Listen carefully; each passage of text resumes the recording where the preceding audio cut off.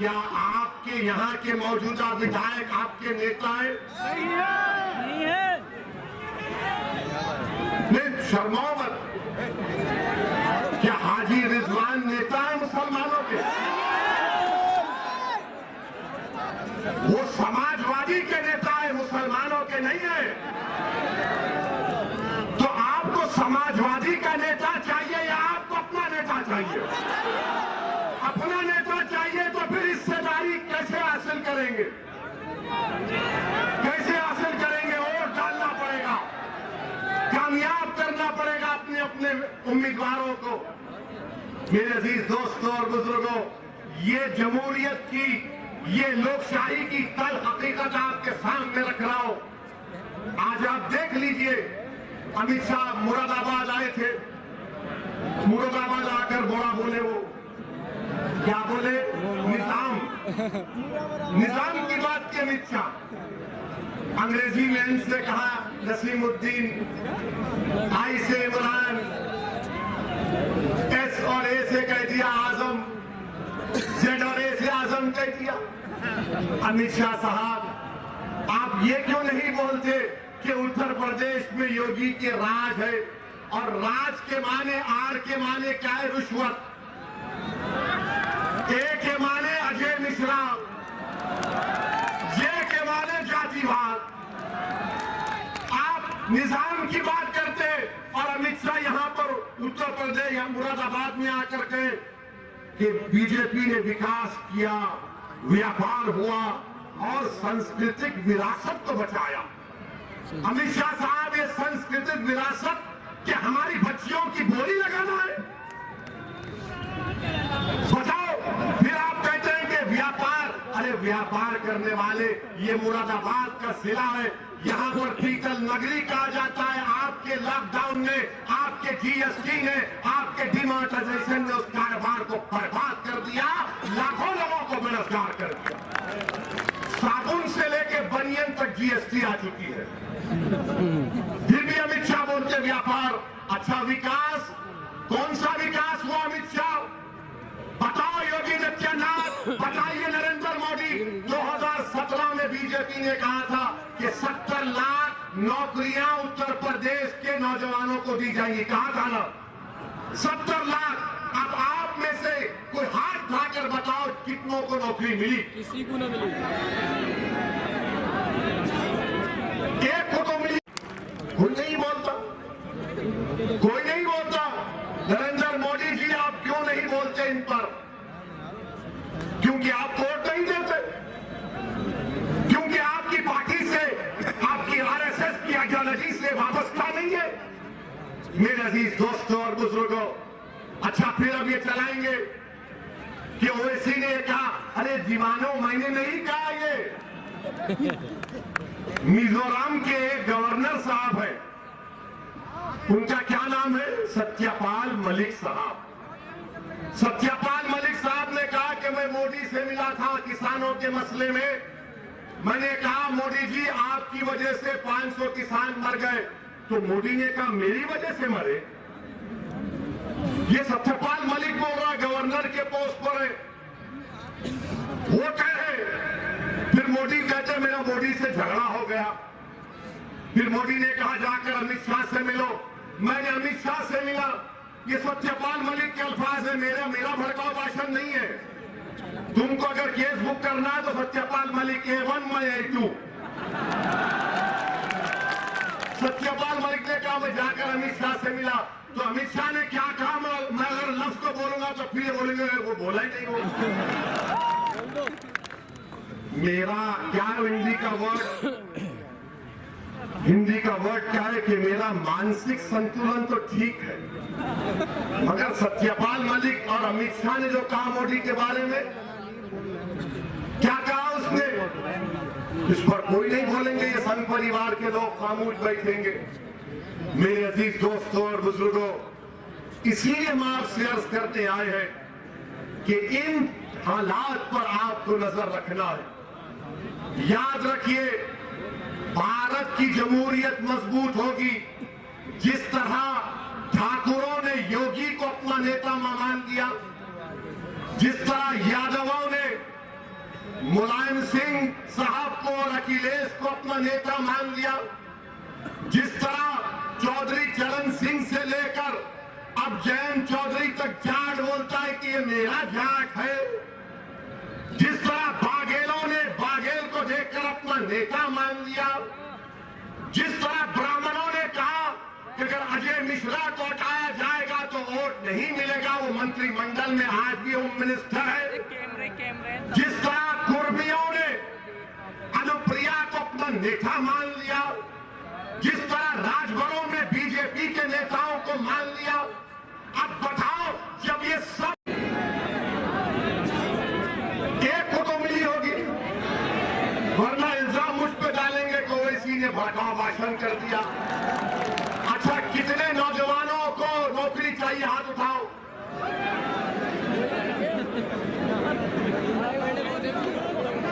कितनों को चाहिए नौकरी?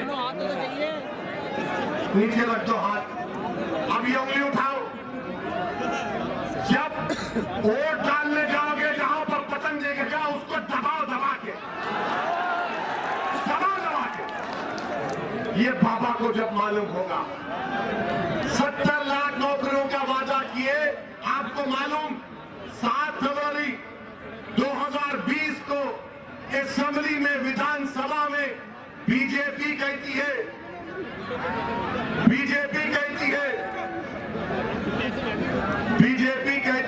विधानसभा में कि उत्तर प्रदेश में 33 लाख नौजवान रोजगार की तलाश में। कितना झूठ बोलेंगे मोदी और योगी? आप 6 लाख लोगों को नौकरी देने की बात करते, आपने 70 लाख कहा था। नौकरी की बात नहीं करेंगे, किसकी बात करेंगे? निजाम की बात करेंगे, पलायन की बात करेंगे। अरे गरीब बच्चों को नौकरी क्या दी तुमने, बताओ? उसका कोई जिक्र नहीं होता। मेरे अजीज दोस्तों और बुजुर्गों, याद रखो, असदुद्दीन ओवैसी आपसे सिर्फ इस बात की गुजारिश करने आया है कि मैं जो तुम्हारे सामने खड़े होकर जिन बातों को बयान कर रहा हूं, ये बातें वो नहीं है कि आसमान से तारे तोड़कर लाने की बात नहीं कर रहा हूं। मैं तुमसे ये नहीं कह रहा हूं कि चांद पर जाकर उसकी मट्टी उठाकर मैं तुमको ला कर दूंगा।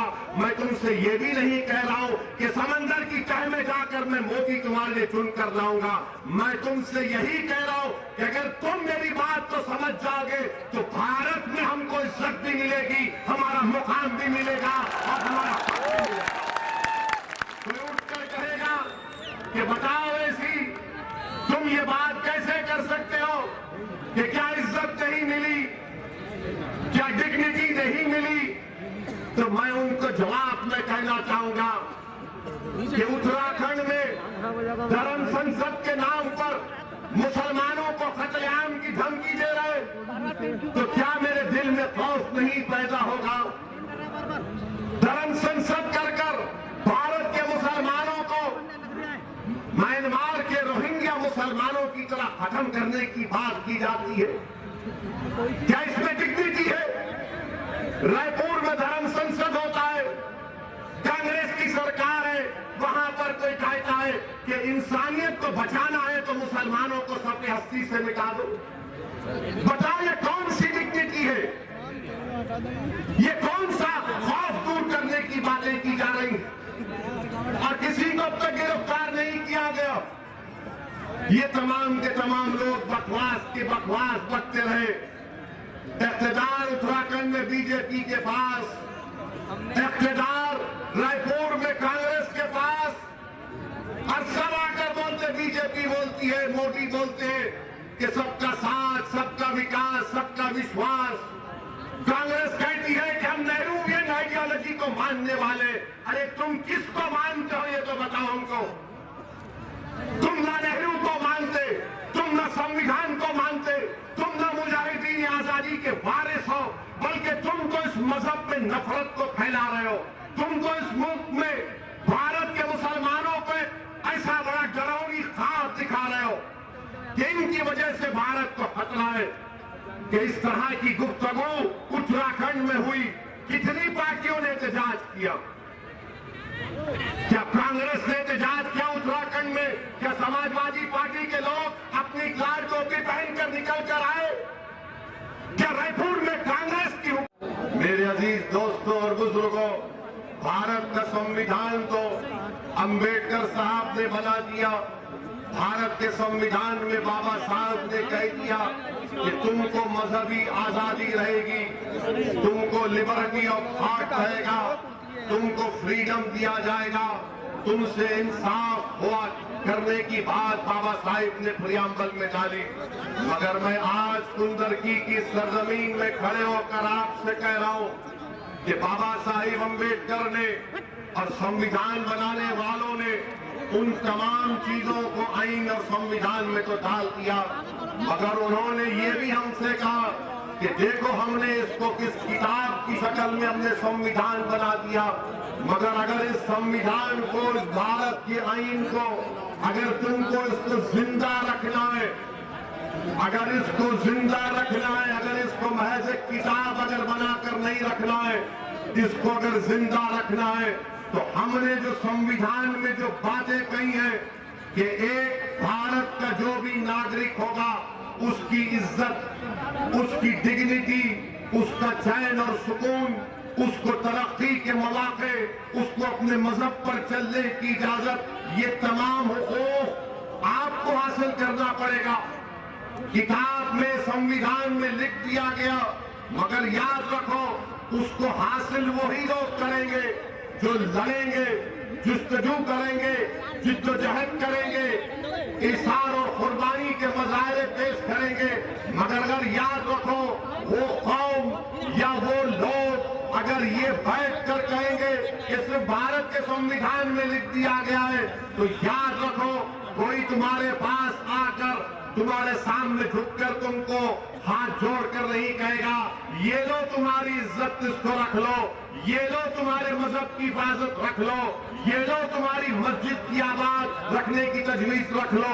याद रखो भारत के संविधान में जब इन चीजों को लिख कर दे दिया गया, तो भारत के बसने वाले गरीबों को उठकर इन हुकूक को जब हासिल करेंगे, तभी जाकर उन मुजाहिदीन आजादी के हक को पूरा कर पाएंगे।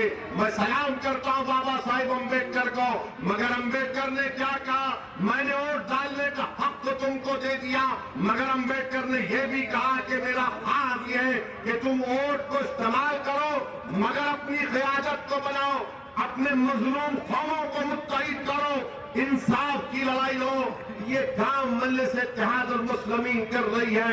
मेरे अजीज, एक कौम को, एक कम्युनिटी को सफ़े हस्ती से मिटाने की बात उत्तराखंड में बीजेपी की सरकार के नाक के नीचे की जाती है, और अब तक एक को भी गिरफ्तार नहीं किया गया, एक को भी गिरफ्तार नहीं किया गया।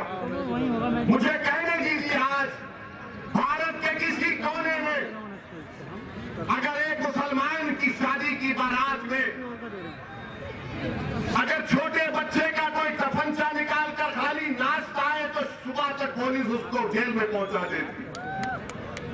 अगर शादी की बारात में, मगर यहां पर खुलेआम बोला जा रहा है इनको मिटा दो, इनको कत्ल कर दो।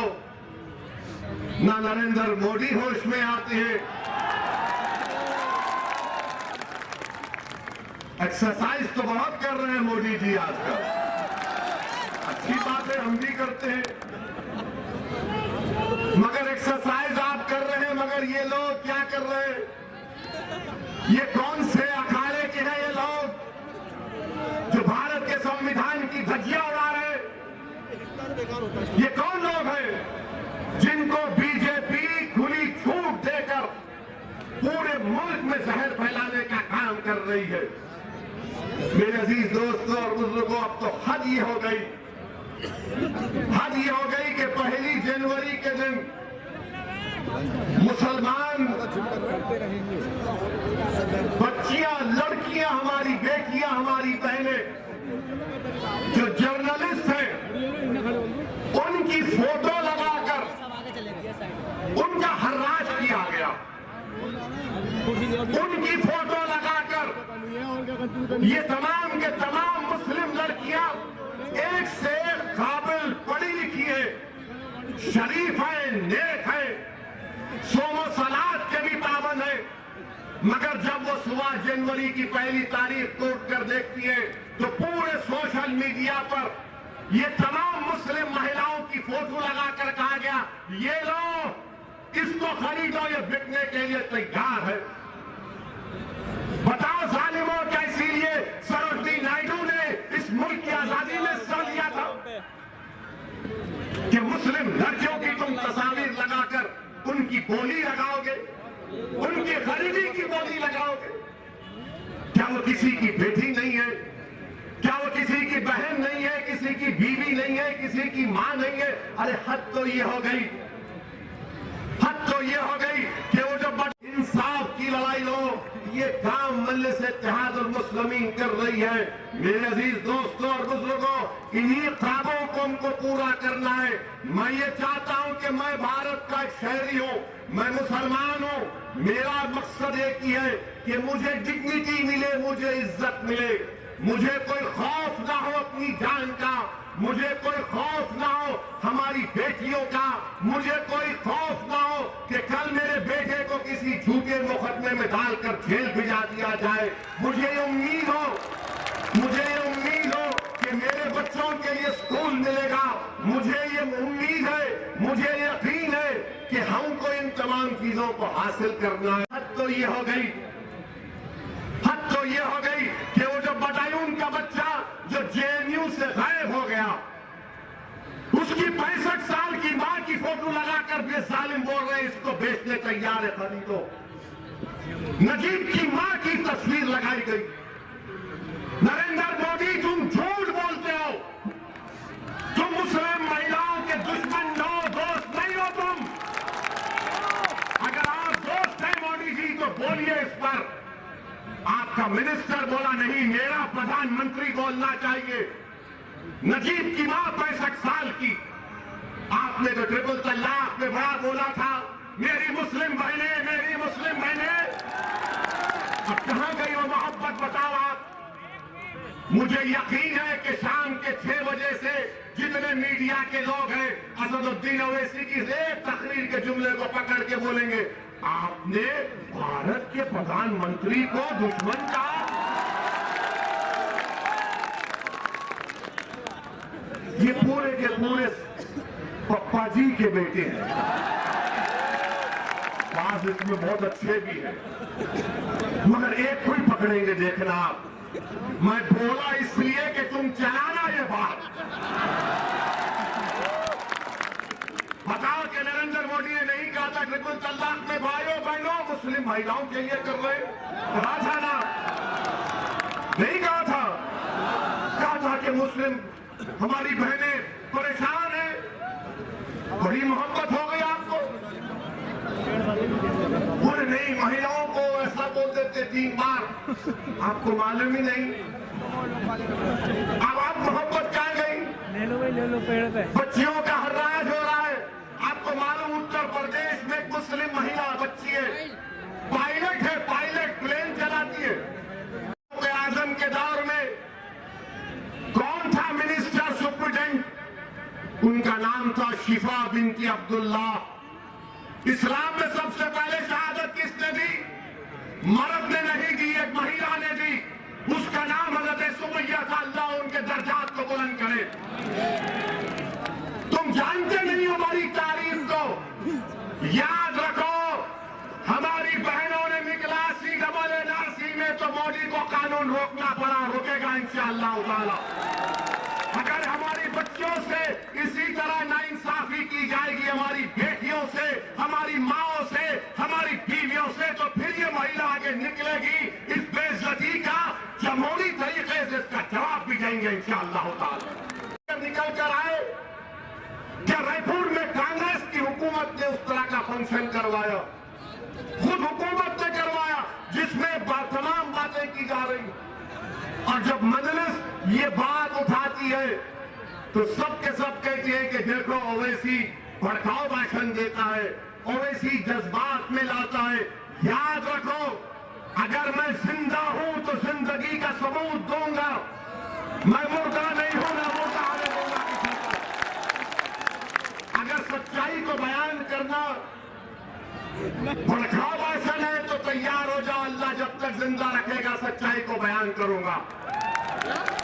अगर जालिम को जालिम कहना भड़काऊ भाषण है तो तैयार हो जाओ, अल्लाह हमको जब तक जिंदा रखेगा हम कभी जालिम से कॉम्प्रोमाइज नहीं करेंगे, उससे पंचायतमाई करेंगे। अगर कोई कहेगा कि गरीब मजलूमों का साथ देना, चाहे मुसलमान हो, हिंदू हो, दलित हो, उसका साथ देना भड़काऊ भाषण है, तो जिंदगी भर उन गरीब हिंदू मुसलमानों दलितों की बात हम करते रहेंगे। अगर संविधान को बचाना भड़काऊ भाषण है तो हम ये भड़काऊ भाषण बोलते रहेंगे। योगी आदित्यनाथ की भी इज्जत है तो मेरी बहनों की उससे ज्यादा इज्जत है। अगर अमित शाह की इज्जत है तो हमारी भी इज्जत है। भारत के संविधान में सब बराबर है। तुम्हारी इज्जत बढ़ के मेरी इज्जत कम नहीं है, इज्जत सबकी बराबर है। ये लड़ाई इज्जत की है, अजमत की, आपको साथ देना है मजलिस का। मेरे अजीज दोस्तों और बुजुर्गों, अब कोई लोग बोलेंगे, बीजेपी के लोग बोलेंगे ये मुसलमान महिलाओं पे बड़ा अच्छा, इनके दिमाग में एक चाचा शादियां करते हैं लोग। बताओ डेटा दो, हम एक में परेशान हैं। ये चाचा कहाँ है बताओ, कहाँ डेटा है कुछ, क्या है डेटा है तो बताओ। अरे एक से ही इंसाफ करना बड़ा मुश्किल काम है। इनकी शादी नहीं हुई इसलिए ये जज्बात में आ शादियां बहुत करते हैं। वो दूसरा क्या बोलते, बच्चे बहुत पैदा करते हैं लोग। कहाँ है डेटा बताओ ना। TFR रेट पूरे देश का गिर गया। मोदी ने सुप्रीम कोर्ट जाकर कहा कि 2 बच्चों का कानून नहीं बना सकते। मगर ये बोलेंगे और फिर बोलेंगे नहीं, इस्लाम में मुस्लिम महिलाओं का सम्मान नहीं होता। अरे दीवाने, अकल तेरे भेजे में नाम की कोई चीज नहीं है। बताओ दुनिया की सबसे पहली यूनिवर्सिटी किसने बनाया, तुमको मालूम? पूरी दुनिया की सबसे पहले यूनिवर्सिटी किसने बनाई? मुस्लिम महिला ने बनाई। दुनिया की सबसे पहले यूनिवर्सिटी एक मुस्लिम महिला ने बनाई। उसका नाम क्या था? फातिमा अल फिफ्री। फातिमा अल फिफ्री था मौजूदा मोरक्को में। यूनिवर्सिटी बनाने वाली सबसे दुनिया में मुस्लिम महिला। और फिर ये बोलते नहीं मुस्लिम औरतों को दबाते। तुमको नहीं मालूम, जंगे अहद में फारूक आजम उलमा मौजूद है, पूछ लेना। जंगे अहद में फारूक आजम का ये फरमान है कि या रसूल अल्लाह, मैं अपने अतराफ में अगर किसी को देख रहा था तो नसीबा बिन्ते काब को देख रहा था।